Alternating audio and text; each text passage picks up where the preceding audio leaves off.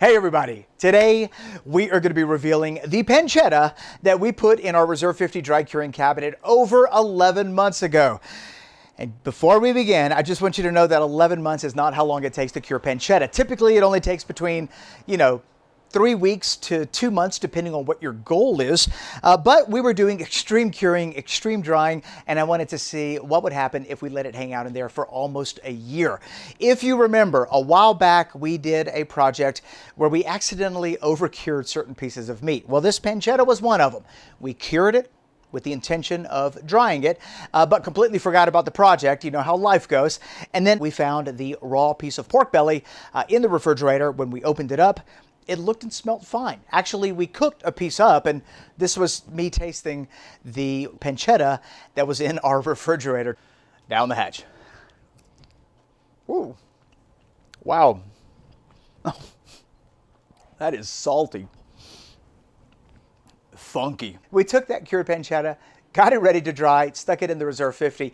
11 months later, now that is today, we're going to go get into it and slice it up and see if it is still as salty and as funky as it was a year ago. Let's check it out. If you missed part one, let's do a quick recap. Here's the pancetta coming out of our fridge. And remember, we accidentally over-cured it. This was curing in our refrigerator for 2 years. A normal pancetta only takes less than 2 weeks, really, in order for it to cure properly. But like I said in the beginning, we completely forgot about it. And this is what it looked like 2 years later. It does not smell foul. And so we're going to proceed with the drying. I am using a dry curing wrap from the sausage maker, quite possibly one of the most versatile wraps you can use in this craft. It is a collagen sheet, and I'm just going to place that square of pancetta right in the middle somewhere.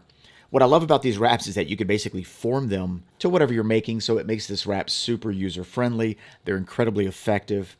Anyway, I'm going to wrap this. And if you happen to get some of these wraps, I'll put a link below. You don't have to over-wrap your meat. Matter of fact, it's counterproductive if you wrap it too much. It'll keep it from drying. And so really just one fold over is sufficient. And if you have air pockets, you can either squeeze them out, press them out, or we'll use a sausage pricker here in a minute to get it. And there we go. Now, I'm not going to tie this up. Don't need to. If you want, you could tie it up, like if you plan on hanging it. But once you're done wrapping it, get a sausage pricker and prick it to remove all air pockets. That looks perfect. Air pockets are areas that can be problematic during the drying process, so you don't want any air pockets on your dry cured meat. Now we're going to weigh it. Now, if you have a very fatty cut like we do here, you can target a 20% weight loss. That's if you want to eat it raw. If you have a very meaty cut, you can target a 25 to 30% weight loss. And then if you want to cook with it, you can target a 10 or 15% weight loss. It just really comes down to what your goal is. Last step is to apply some mold. We're using mold 800. You could use mold 600. And I realize that weighing it for this particular video, just kind of going back to that, is pretty much irrelevant because we did let it dry so long. My intention wasn't to let it dry for 11 months, but after seeing the process and watching it dry, I thought, you know what? I wonder what would happen if we let it go longer. And that's how this particular video was born. So now that we're done, we're going to take all this and stick it into our dry curing cabinet. This one is from Pro Smokers. It's called the Reserve 50. We've got a couple different videos showing some different projects in this little dry curing cabinet. Maybe I'll put some suggestions at the end of this video. We have drying a culatello. We have a beef fillet. There's the Gentile salami looking beautiful. And then right on top, we've got our pancetta. And now, 11 months in the dry curing cabinet. And remember, 2 years curing in the refrigerator, aging, developing that flavor. So we have this pancetta 35 months since the beginning of this project. A little bit of mold coverage right there on the meaty part of the pancetta. I like the mold 800, a nice smell coming from it, almost a cheesy quality. Okay, not hating the way it smells. Pliability, no problem, but this is a very fatty belly. It wasn't as meaty as some other bellies. We're going to remove the collagen wrap. And in this case, very easy to remove, just peels right off. If you're having a hard time removing the collagen wrap from your charcuterie, just spritz it with a little bit of water, let it sit for 4 or 5 minutes, and it should peel off no problem. Okay, let's get this sliced, and then give it a taste.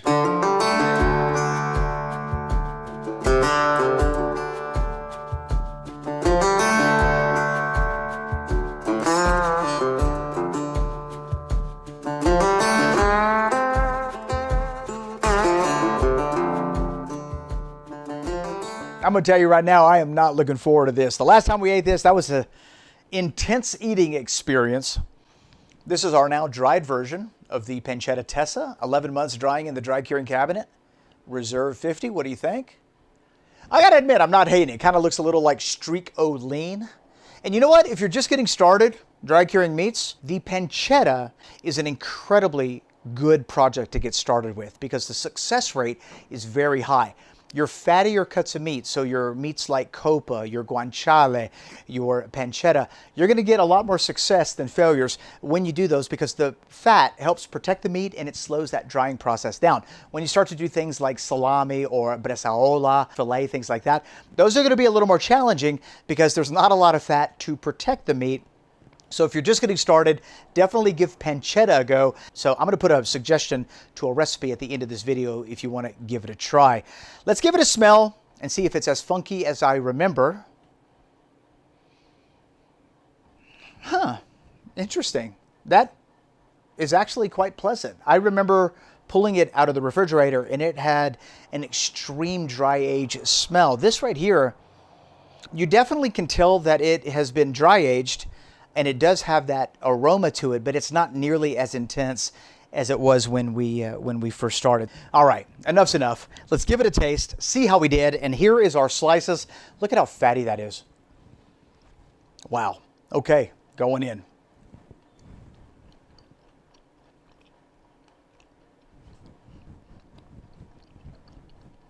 I was not expecting that. Wow, that is actually really, really good. Hold on a second. Boom. Okay. Wow, that is interesting. For starters, the meat's a little bit drier than it should be. Obviously, it dried for 11 months. We don't need to dry this for 11 months. I think if we would have kept it in there for, wow, maybe 60 days, 45 days, it would have been absolutely perfect. The fat reminds me of lardo, right? You have that cured fat and it just bursts with this juicy, sort of greasy flavor as soon as you bite into it. So you immediately get that. And I'm not picking up funky the way that we did initially. This is actually quite pleasant. And I'm not entirely sure what happened. I got to think about that for a second. I think that maybe cooking it as soon as it came out of the refrigerator might have enhanced that particular element of the flavor, while drying it may have muted it. That's the only thing that makes sense to me. It's not nearly as funky as the culatello that we had the other day, and it's probably because a good majority of this is fat rather than meat. And so you are getting this very interesting sort of hints of it where it's not overwhelming. Now, I do believe that if this was maybe a 50-50, lean to fat, or maybe even a 60-40 lean to fat, then that flavor would be more. But as it stands right now, that's absolutely amazing. I'm loving that sort of like dry aged element that's coming from it. Interestingly enough, when we first made this, incredibly salty, almost unedible. And now that I'm eating the dried version, it actually tastes somewhat undersalted. And that's one of those neat phenomena that happen between, cooked meat and dried meat. Dried meat, like your salami and your whole mussels, can always take a lot more salt, almost double the amount of salt than your cooked meat, and it's actually going to taste pretty normal. So interesting there, because I find that I could have probably added maybe another 0.5% of salt and it would have been fine. Overall, I like the way that it came out. I think that the Reserve 50 dry curing cabinet did a spectacular job. I mean, we literally stuck this in there on the top shelf, closed the door, and did nothing for 11 months. 11 months later, we took it out, and this was the end result. Now, granted, pancetta is incredibly forgiving. So is the coppa mussel, because it tends to be a little bit fattier than the other ones. But be that as it may, 11 months in the chamber, beautiful flavor development, and it dried really well. A little too dry for me. Like I said, I probably would have pulled this a whole lot sooner. And I don't know if I would duplicate this experiment. I don't know if I would intentionally over-cure the pancetta to develop that specific flavor. But 90 days, maybe leaving it in there another 6 months to develop that flavor a little bit more might be interesting to experiment with. Let me know what you guys think. in the comment section below if you want information on the Reserve 50 dry curing cabinet. I'll put a link in the description box below as well. And if you enjoyed this video and you want to see more videos like it, don't forget to hit that thumbs up button. If you're not currently subscribed to the channel, hit that subscribe button and that notification bell so you don't miss a single one of our uploads. Thanks a lot for being here. We'll see you in the next one. Bye-bye. Oh, yeah.